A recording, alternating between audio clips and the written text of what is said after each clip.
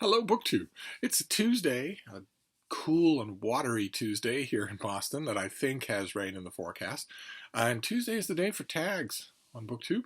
And I have a tag for you today. I've got it here on the burner tablet. And it's not just any tag. It's part of a legendary tag sequence.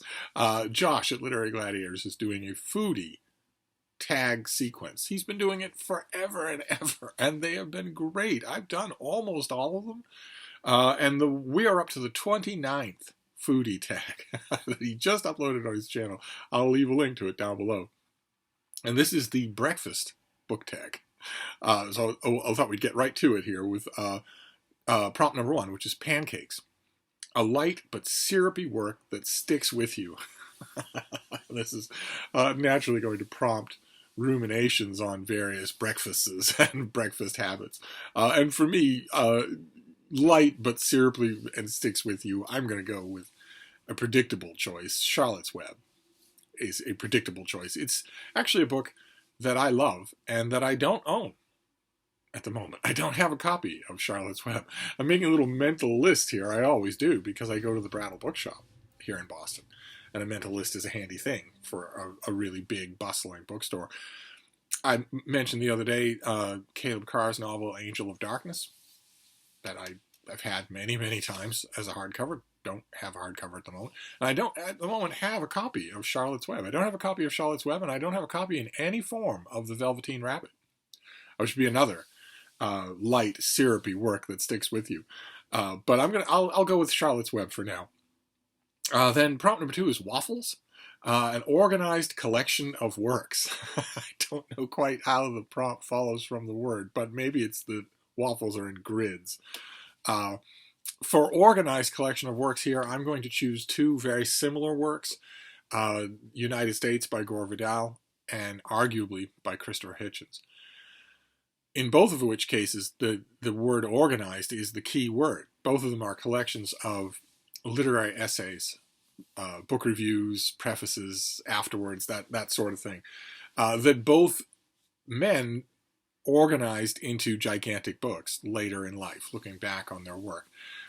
I've mentioned many times before that my own profession, the profession of writing book reviews, not long critical works of theory, but actual book reviews for venues that pay you a little bit of money and that are gone the next week. I've mentioned that many, many authors, all authors start that way. All authors start with some version of that. Virtually none of them don't. Whether or not they start with the extreme volume that some others do, they all start that way. They all have book reviewing in their past. And I'd say a good 90% of authors, once they get to the peak of literary eminence, the National Book Award nominated novel or whatever, they look back askance on their book reviews and say, oh, so much was cut out of it, or oh yeah, I had only a few days to do it, or oh yeah, I had to stick to 700 words, or you know, the venue had its own house style or whatnot, and they don't bother to collect their works. They are ashamed of their work. But the remainder are so egotistical about every single last word that dropped out of their pen that they do collect their works. Gore Vidal made an entire side career out of collecting his literary outputs, his so-called secondary literary outputs. He made an entire side career out of doing that. So did John Updike. And so did Christopher Hitchens, who wrote a number of volumes. And arguably is his version, and the United States is Gore Vidal's version, where they go back, they pull together a huge number of their earlier book reviews and try to organize them somehow under general headings. Both very enjoyable to read.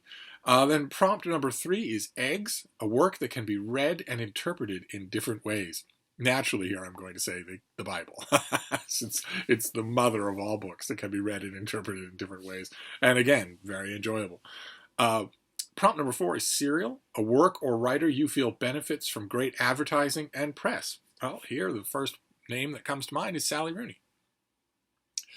The press has been, my own critical brethren have been almost universally slavishly praiseful of her remarkably talentless work, and she's also benefited from advertising like no author I've ever seen. Word of mouth on her is just unbelievable. You are not allowed to be in the Gen Z soft boy demographic if you don't love Sally Rooney.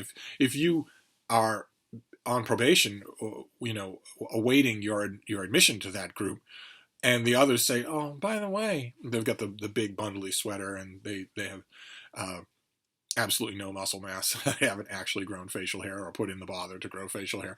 They sort of slink up to you in between their mocha lattes and say, "So, how much do you love Sally Rooney? Like, right? She speaks like right to our experience." If at that point in your quest to become a member of the Soft Boy United, you say, "I don't actually really like her at all. Her prose is very boring," you'll be kicked out. You won't gain admission to that. I hesitate to call it a fraternity, but it's not a sorority either. It's that weird no man's land and no woman's land in between. I'm going to say Sally Rooney, who has benefited from all of the disreputable benefits that are always conferred by the zeitgeist, and doesn't deserve them. She's a multi-squintillionaire on the back of novels so bland and boring that the most bland and boring writer in the early part of the 20th century, I believe that would be, well, let's say the most bland and boring writer in the whole of the 20th century. In fact, the most bland and boring writer in the history of letters in English, Alice Munro, would look at a Sally Rooney novel and say, "Well, can't you punch this up a little?" So, anyway, prompt number 5 is bacon.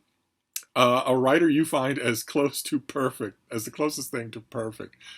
I'm inferring here that Joss is a bacon fan, and I understand that completely. I once was myself.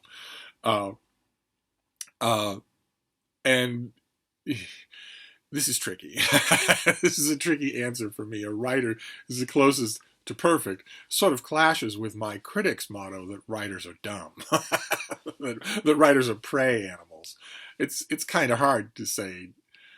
I mean, a prawn on the table might taste good, but you wouldn't call it a perfect form of life. No, I don't know. I'm going to have to pass on a perfect writer. Prompt number 6 is Canadian Bacon, a work that sets up heated debate. I did not know that Canadian Bacon set up a heated debate. I wouldn't think that heated debate would even be allowed in Canada. But here I'm going to say, again, the Bible. It's the same prompt as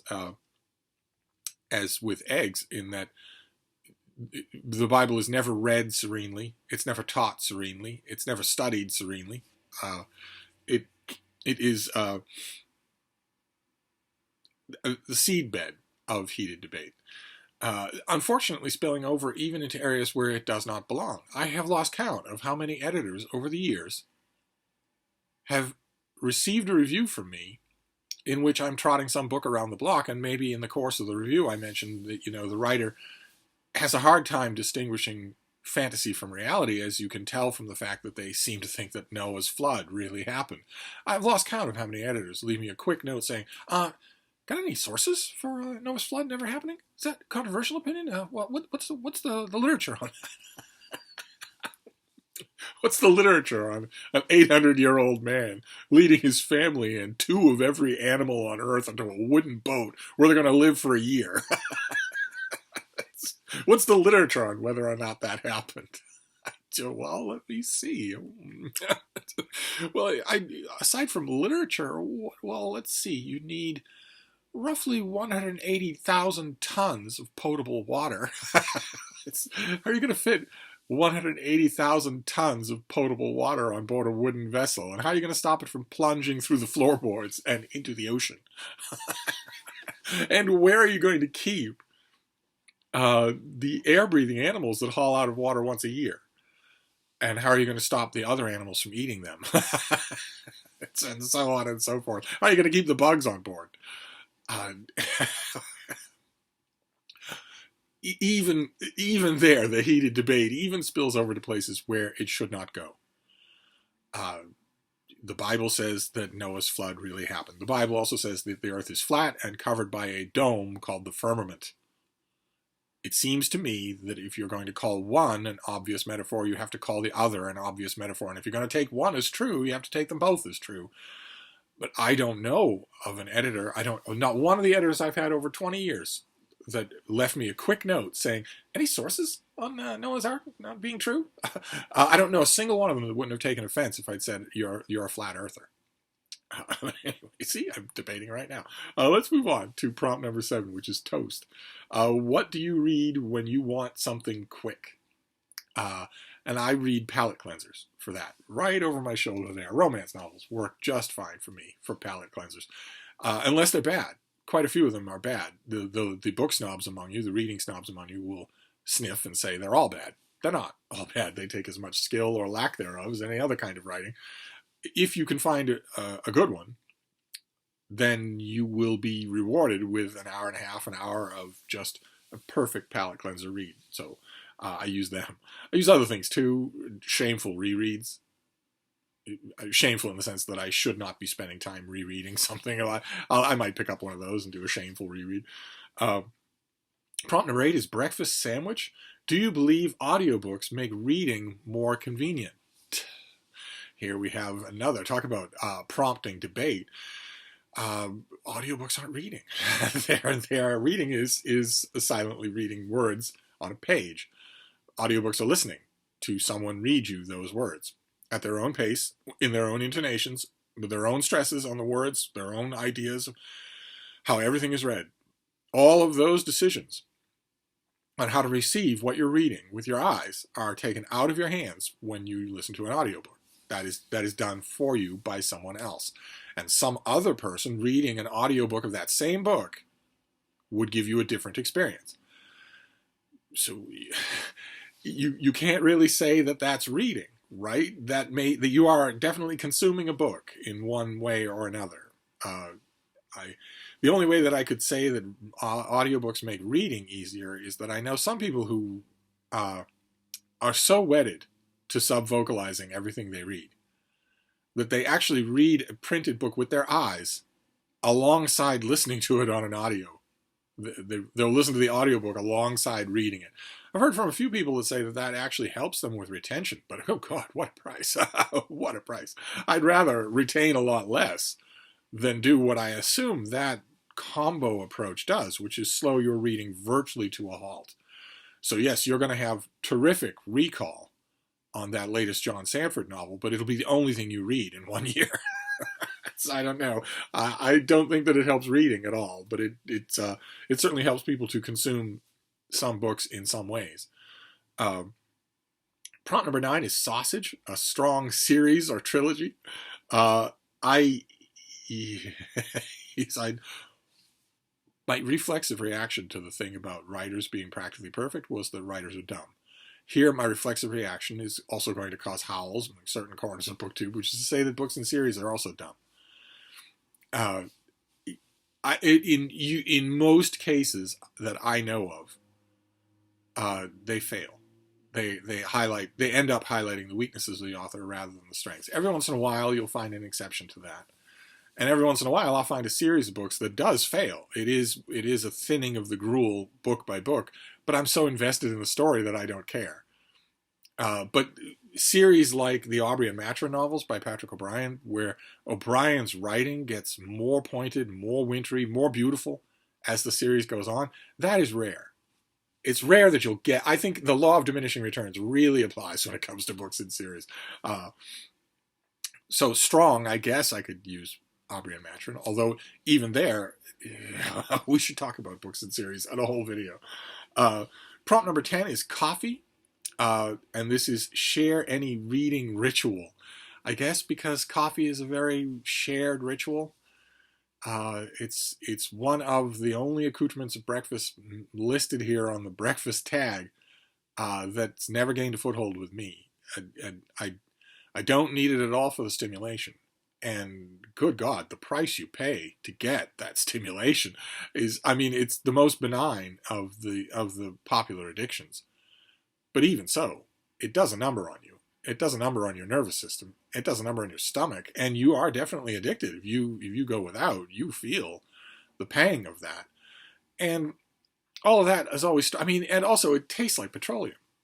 And it makes you smell like petroleum. So I've never seen, even if I needed the boost, which I don't ever do, I don't see the appeal in getting it that way. uh, uh, but as far as sharing a reading ritual goes, well, I think all readers have them, right? I do. I have reading rituals, various reading rituals. One I've mentioned on this channel a few times is not voluntary, and that is that I lose myself in a book. No matter what it is, I lose myself in it. I could be reading Moby Dick for the millionth time, or I could be reading a romance novel for the first time. It doesn't matter. I lose myself in the book. So that's not really voluntary. The voluntary thing would be, I don't even know how to describe it. There's kind of internal, deep breathtaking, sort of an internal assessment when I am about to begin reading. It's not a thing that I just sort of fall into with books. I when I'm about to begin some stretch of reading, no matter how long it is, there's a kind of a momentary pause, a snap on the inside. I don't know how to describe it. I'm curious to know if you have anything like it. I guess you could call that a ritual, although I'm not sure I could do without it.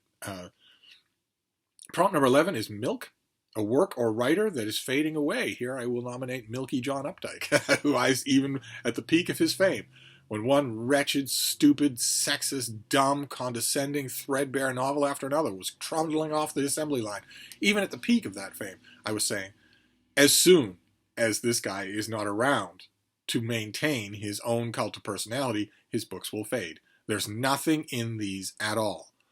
Nothing. At least, when I spent decades doing that with John Updike, and occasionally get people to see my point of view, at least when I spent decades doing that with Updike, I was not ever accused of sexism. John Updike's heir, Sally Rooney, does the exact same thing. Her books are air bubbles of the exact same way. She's every bit as milky. She's every bit as substance-free. She's every bit as much of a condescending fraud. But if I bash her, I run the risk of someone out there on Twitter calling me a sexist. At least with Updike, I didn't have to worry about that. And, I might add, I have been proven right. Updike is fading. He has not gained a toehold in academia. He is not reprinted. No one cares about his books. No one ever says, oh yeah, I'm a big fan. Every once in a blue moon, to be contentious, you'll find some third-string bro-tuber who will say, yeah, that Updike dude, he's great. But no, it only took a tiny amount of time. It only took a headstone to remove the glasses from people's eyes and make them see how boring and pedestrian this stuff is. So I'll nominate Milky John Updike. Then number 12 is Orange Juice, a work that you, as a person completing this tag, really should read. Do not understand this. What does that mean? A book that I really should read? My remit, the reading that I do that I impose on myself, is the new releases in the American book market in the 16 or 17 genres that I read. That's a large number of books per year. And I am still working on that, although a great deal of the topspin of that remit is removed once my year-end lists are published. My year-end lists have gone up under the Steve Reads banner of my literary blog on my website, stevedonoghue.com, not on Open Letters Review.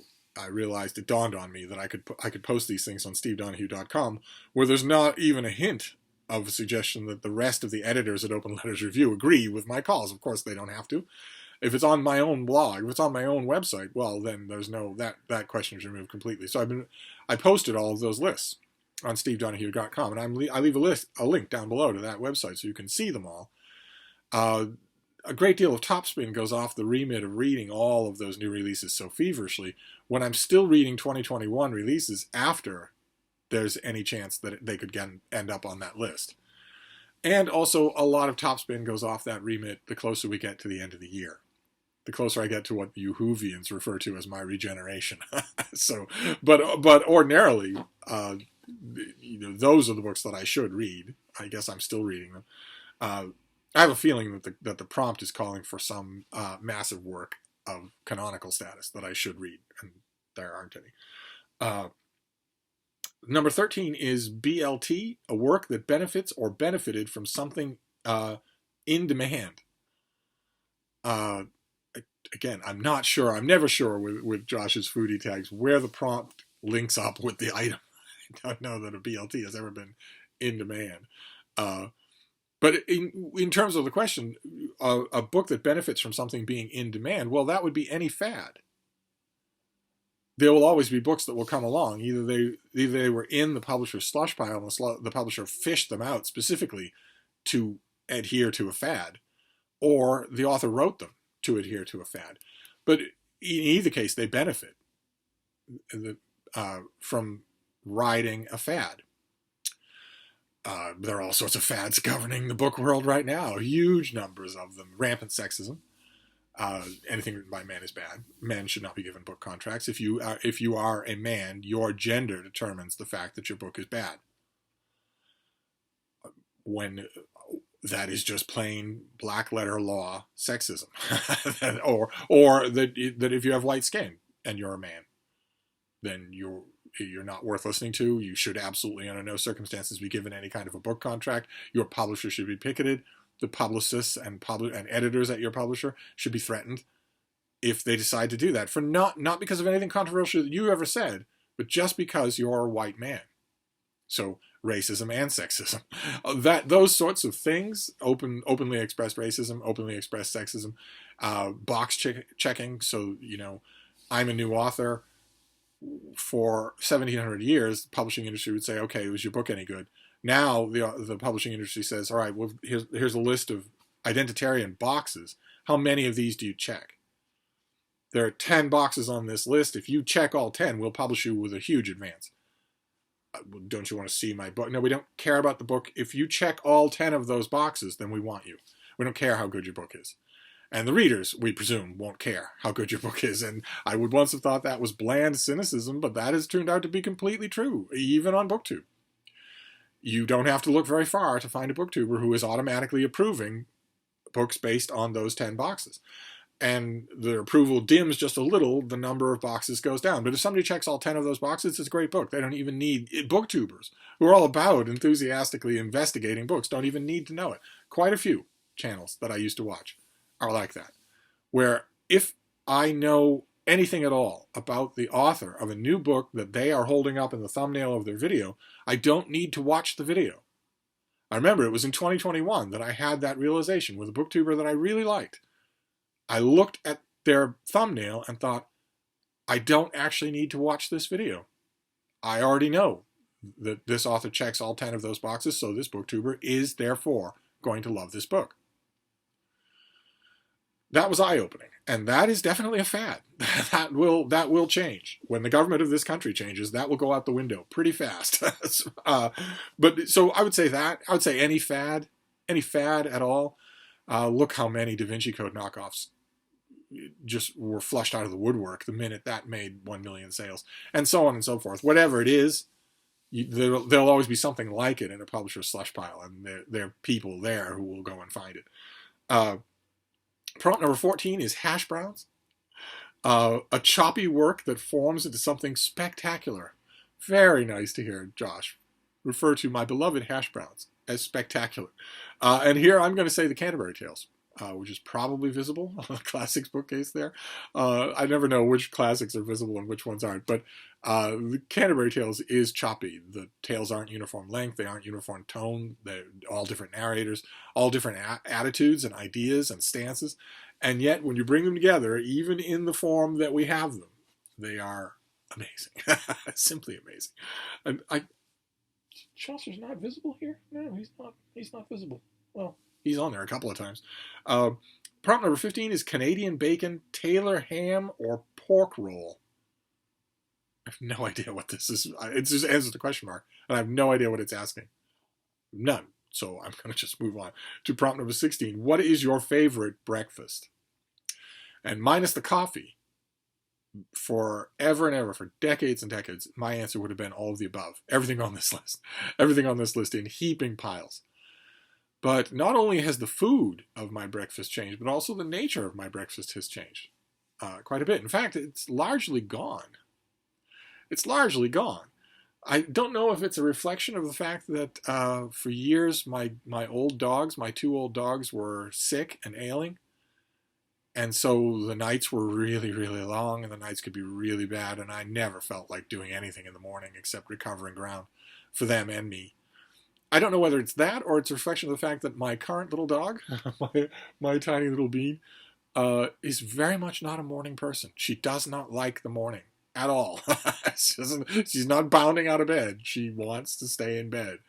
But whatever the reason is, not only has the food changed, now it's a bowl of lightly seasoned rice, of steamed, lightly seasoned rice. Wonderful, slightly wet, gloppy, slightly seasoned brown rice. Not only is it that, but it's that after a while. It's not first thing. I get up early, just as the very first light of dawn is hitting the sky. So before the sun has come up, is my favorite time to start putting away the books, waking up, and getting back into the swing of the day, thinking about what the day is going to be like. The sun is coming up. What are you gonna do? What is on the burner for today? And then getting about it. So I'll start that. A good 2 hours of that will go by before Frida is willing to get out of bed. And even then, it's usually with me just sort of saying, "What do you think, baby?" and her saying, once she's willing to get up, a couple of hours after I'm already mentally awake and doing stuff, then we go out for a quick walk, and then we come back inside, and she goes right back to sleep. And our positions have changed, and I am on the fainting couch, and I'm starting to get genuine work done, but still not with neither she nor I with any real interest in a breakfast, in eating. That comes later, sometimes as late as noon. So that's the new favorite breakfast is I guess skipping breakfast. I guess that's what I do. The idea now, it even seems strange to think about it, the idea of loading up a pile of food. I mean, if I'm vacationing, one thing, if the routine's already broken. But if I'm in the routine here, then there's a meal. It's very seldom breakfasty, and it's late in the day. It's at noon. Then prompt number 17 is you're invited to brunch. Who do you tag? I have a list of tags. I'll leave a list of them down below. I want to tag Another Bibliophile Reads. I want to tag Criminale.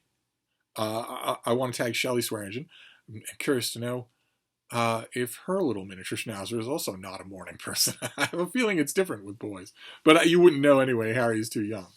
He's probably still hasn't worked out his circadian rhythm himself. But when he's a year old, I'd be interested to know if he doesn't like mornings, if this is a schnauzer thing or just a Frida thing.